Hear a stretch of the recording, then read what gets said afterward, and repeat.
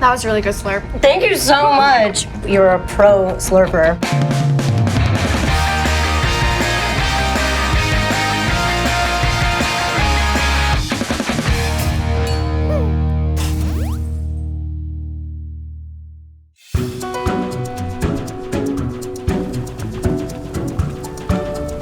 Soup, noodles, toppings. This basic formula for ramen has been intact in Japan for over 100 years. But as ramen continues its global renaissance, the dish has become the perfect blank canvas for regional variation and chef-led experimenting. No one understands this better than self-professed ramen freak Keizo Shimamoto. Keizo's Go Ramen blog obsessively cataloged thousands of bowls of ramen across Japan and the US. And his legendary noodle shop, Ramen Shack, became hallowed ground for ramen freaks in New York City. Today, Ramen Shack has closed its doors for good, but Sakura and I are heading to the shop for one final journey through some of Japan's most recognizable ramen styles.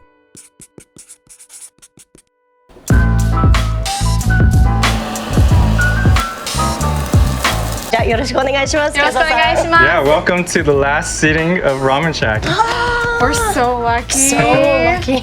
I can't wait. All right, so we have to do something special. What do you have for us today? So today I want to give you 3 styles of ramen. The first will be a shoyu ramen, which is my favorite style, so Tokyo style. And then the second will be a Hakata tonkotsu. Okay. And then the third will be a Ganja style tsukemen, which is a thick, rich fish pork broth. Oh my gosh, that sounds so good. All right, we get 3 bowls of ramen today. I'm ready. Are you ready? I'm ready too. Ready. All right, let's do it.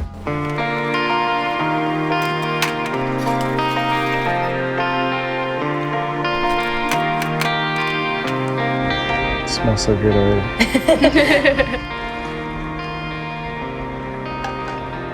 That's so good. 美味しそう。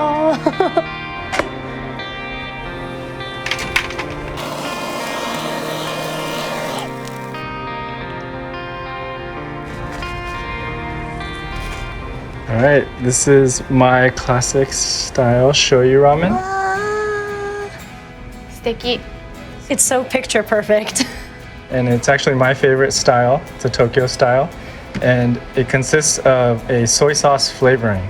So there are many ways to make it, but blending different styles of soy sauce and adding like a little meat to it is traditionally a Tokyo style shoyu. The soup consists of a chicken and dashi chintan, so clear soup, and the noodles are wavy. Typically, the clear chintan is a lighter soup, so the wavy noodles help bring the soup and the aromas into your slurp.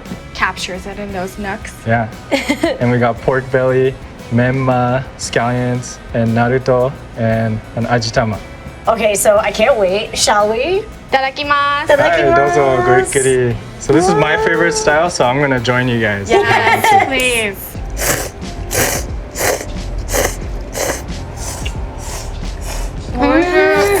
Oishi! So good. Just the way you want it. The noodles feel perfect. It really has that springiness to it. Yeah. It's such a perfect classic ramen. And it's just, I don't know, it's like hitting all the notes for me. It's comforting, it's like warm, it's just perfect. Yeah, I think the first ramen I ever had was shoyu ramen with my grandma. Oh. But you know, in Japan, they have those like steel boxes that they have on the bikes. On the for to-go orders. Yeah, with like the really, really tight saran wrap. And they leave the whole It comes in a real bowl. Yeah. So I know that in general, regional ramen is just really dependent on what ingredients are available in that area of Japan. What makes Tokyo shoyu ramen? I feels like shoyu can be almost like available anywhere, but like I'm wondering what makes it Tokyo. That's a good question. Back when the first people from China brought over ramen, they started using different types of bones for broth. Right. And that first shop called Rai Rai Ken was, considered as the originator of like ramen shop. Before that, everything was like a yatai, a food stall. Right. So they started pumping out like 1,000 bowls a day, and their broth was pretty light, and they added shoyu to that. Shoyu was pretty common ingredient in Japan at the time, and it still is. Yeah. So that sort of became the standard Tokyo style. And from Yokohama to Tokyo to all around Honshu became like a chicken stock with pork chintan, like a lighter, clear broth Right. with a shoyu flavoring. Speaking of Rai Rai Ken in Yokohama, I know your restaurant is Rai Rai Ken here in New York. That's right. We opened in 2000 in the East Village. Definitely way before the ramen craze. My father opened up Rai Rai Ken because he wanted to pay homage to the Rai Rai Ken in Yokohama. He's very particular about staying true to the true form of ramen. I see. Authenticity is kind of our middle name. Rai Rai Ken hopefully is a place that our Jordan-san, our patrons can eat our shoyu every single day. Yeah. That's kind of the lightness that we want to achieve, and that's kind of, I feel like, the definition of perfection for shoyu ramen is the fact that you can eat it every day and not get bored. Hi, I'm Sakura Yagi. I am the CEO of TIC Restaurant Group, and this is my father. Hello, my name is Bon Yagi. I'm the responsible person in TIC Restaurant Group. Rai Rai Ken, I think, is the oldest ramen shop in New York City that's still standing today. David Chang, from Momofuku, I heard that he used to come in the Rai Rai Ken all the time before he opened up a first ramen shop. Rai Rai Ken is originally opened because I felt ramen is, it's going to be the future in New York. Late 70s and beginning of 80s, there was one national chain in Japan. They came and didn't do too well. But then 1985, the Tampopo, the movie, hit around the world. So I study Tampopo, I study many other restaurants. Then 2000, I opened up a Rai Rai Ken. Rai Rai Ken means please come into our house, welcome anytime and enjoy. That's the name of the Rai Rai Ken. ごちそうさまです。ごちそうさまでした。ありがとうございます。わお。完食いただきました。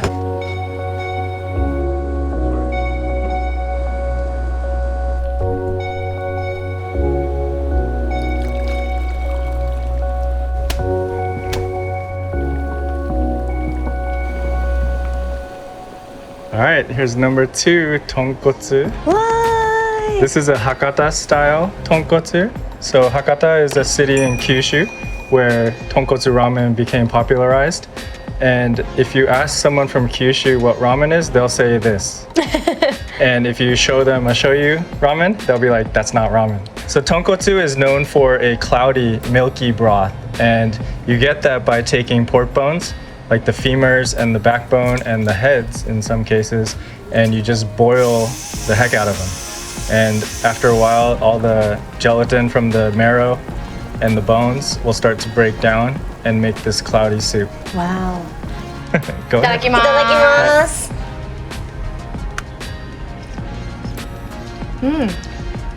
うわー、濃厚。 Yeah, noko, very rich, but still clean. So the tonkotsu is a thicker broth. So the thin noodle is actually paired better with it because the thick broth will stick to the thinner straight noodle and bring up not too much soup, but just enough. Tonkotsu has been on a very extreme rise, I'd say, almost globally, in Japan as well, but also in New York City. There are so many different, tonkotsu-specific ramen restaurants. What do you think that is from? How did it kind of become the new booming flavor of ramen? Personally, I just think that it's easier flavor profile to understand. It's kind of more of a punch in the face. And it's like, wow, this is delicious. Yeah, I think definitely a creamier broth is very attractive to Americans for some reason. And tonkotsu has a lot of impact. You know, that first sip, it's like, wow. I think that's the wow factor that has kind of spread across New York and across America. Yeah. And it's good. Yeah, it is. ごちそうさまでごちそうさまでした。ありがとうございます。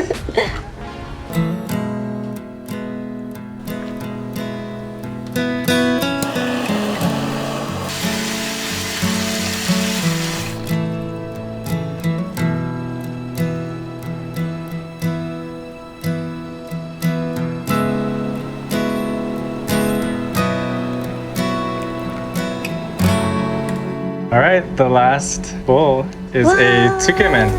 じゃじゃーん。So this is a more recent style thick tsukemen, so thick broth, thick noodle. And it's a tonkotsu gyokai, which is fish and pork bones. What's significant about it is this gyofun, the fish powder on top. Back in the 60s, there was a guy named Yamagishi who invented this style. And then in the 2000s, another shop called Ganja invented this thicker broth, thicker noodle style with the fish powder. And this style is now the more popular style tsukemen in Tokyo and in the world. Itadakimasu. Itadakimasu. So tsukemen, the broth is hot, but the noodles are cold. So we rinse them in cold water and shock them. And the way you eat it is you take a little bit of noodles and you dip it into the soup and then slurp. Itadakimasu.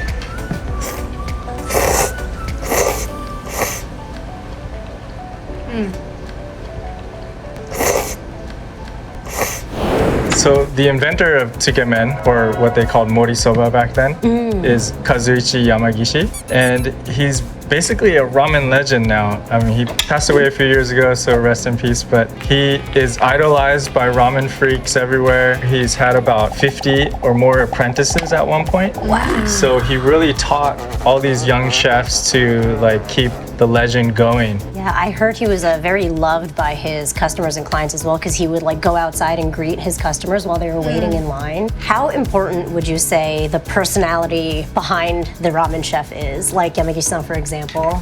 I would say it's very important because all these bowls, although they're called ramen, they're all different because of the chef. The chef puts his own personality into the bowl, his own style, and that's what makes it unique.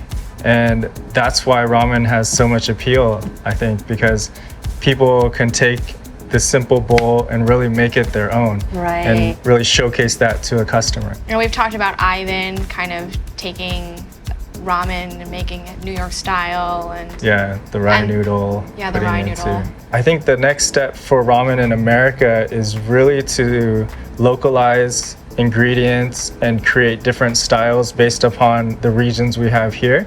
And that is really the next step, the next evolution of ramen.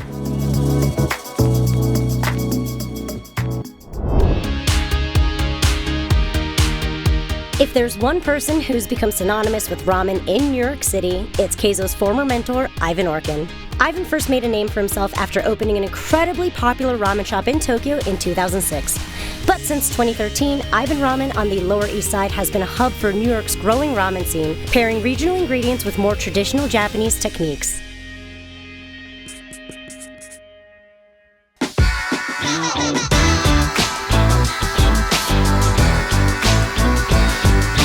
You know, when I first lived in Japan in the 80s, I fell in love with ramen. And when I moved back to New York, there was no ramen. You could eat izakaya food, they had yakitori places, you could drink pretty good sake, but no ramen at all, nothing. And it started this thing in me, which is part of why the ramen shop thing started in the first place.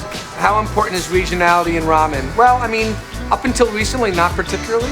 I mean, ramen's had a real explosion in Japan until recently. I mean, ramen was mostly really popular in Kyushu and in maybe Hokkaido and Tokyo, and not so much in other areas.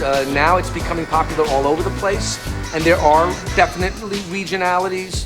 There's a real underlying current of intense creativity in ramen, which is one of the things that really drew me to ramen, is that it's this maverick cuisine where, you know, it's the chef's personality is almost as important as what he makes, and it's what makes ramen really, really fun.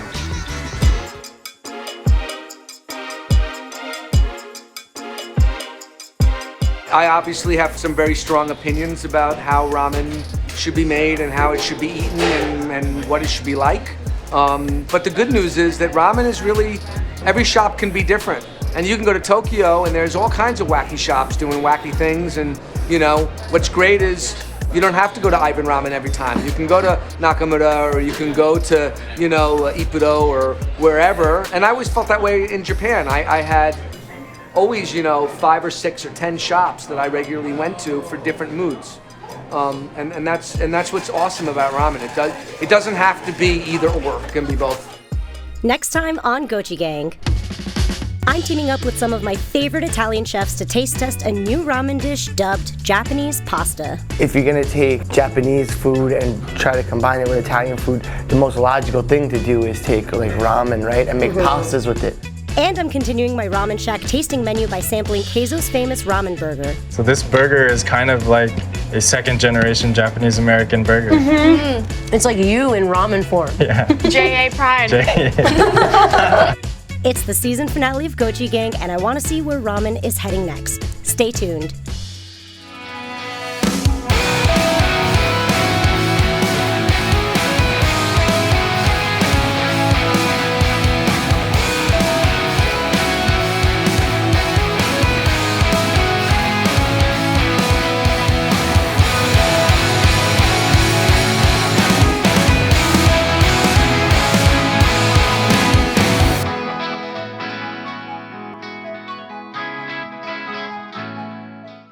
Thank you so much for watching Gochi Gang. I so appreciate it. Sean, should they like and subscribe? Like and subscribe, or else. Thank you.